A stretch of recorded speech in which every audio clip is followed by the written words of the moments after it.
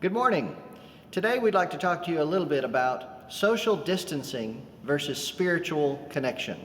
So what is social distancing, Marshall? So social distancing is like staying 6 feet apart, so that way if you're talking to each other and you're spitting and whatever, the kind of stuff that people do when they talk, it just like flies in the air and doesn't land on the person that you're talking to.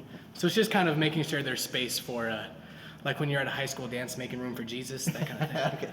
Of course, what that means for a lot of us is a lot more than 6 feet. It means I'm at my house and you're at your house, and none of us are here at church during this time because of those reasons that we're talking about.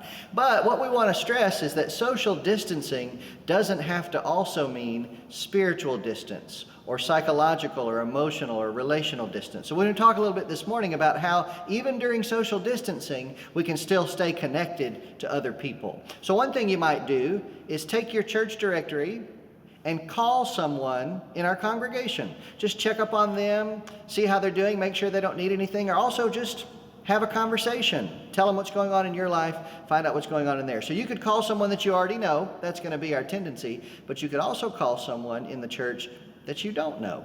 Maybe that you've met a couple times, or maybe that you've never met, and just say, hey, I'm a member of First Christian Plano too, and I wanted to see how you were doing. So that's one thing you could do. Another thing you could do is email a prayer for someone to that person. Think about how you want to pray for that person and type out exactly what you're saying to God. And then email that to them saying, I prayed for you today, and this is what I prayed. Not only is that a wonderful way for them to connect to God as well as you, but also typing out your prayer, writing each sentence will help make your prayer more of what you really want to say. Another thing you could do is create a group text. Now, what is a group text? So a group text is, there's a bunch of ways you can do it. You can do it over your phone, and then it's just, you add a whole bunch of phone numbers into the message, and then you're able to text all those people at once. The problem is, depending on what type of phone people have, it doesn't always stay in a group message. So there are some better alternatives to do a group message if you want it to be typed out. I wouldn't really recommend email, because email it gets lost in who's responding to what. Plus, some people don't hit reply all, so it's just kind of confusing. So I would recommend something like Facebook Messenger. You can do a group text in Facebook Messenger, and it's just instantaneous response to whatever is going on. You can also use an app like GroupMe or WhatsApp. Those are both things that you can use that have group text options that are pretty good. And with WhatsApp specifically, you can actually talk to people that are around the world, which is kind of cool.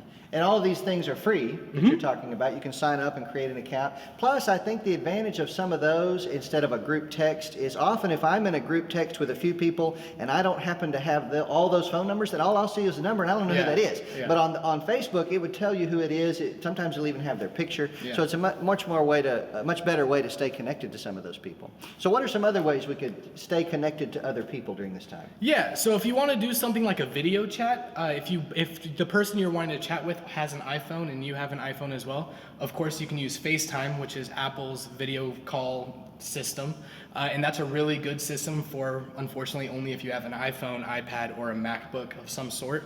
But there's also options like Zoom. Zoom is a really good conference call system that is free to use for 45 minutes, and if your meeting's longer than 45 minutes, reevaluate your meeting. But it's a really good option to do conference calls, and you can have all of your friends in a video chat system together.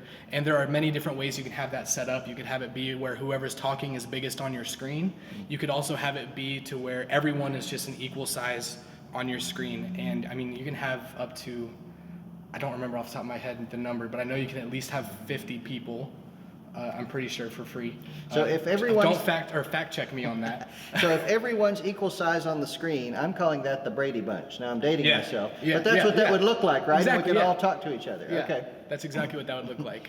Another option is Skype. Skype is a little older and it's a little kind of less user-friendly, I would personally say. But Skype is another good option, especially if you're just going to talk to one specific person. You do both need to have a Skype account. I'm not sure for Zoom. I think you just need, the person who's hosting needs an account, and then you can just send out the link and everyone can access that link. I don't think everyone else has to make an account. Okay. But both of these also have iPhone, Android, iPad apps. So you don't have to have a desktop computer with a webcam to use them. You can just access them on your phone and be wherever you are and use your cool little headphones with a little mic on it. Okay. And that'll work just fine with those two apps. So even in a time where, because of obvious reasons, we have to be physically separated, we don't have to be relationally or spiritually separated. So the next video, when we come back, we're going to talk about staying connected to God in times of social distancing.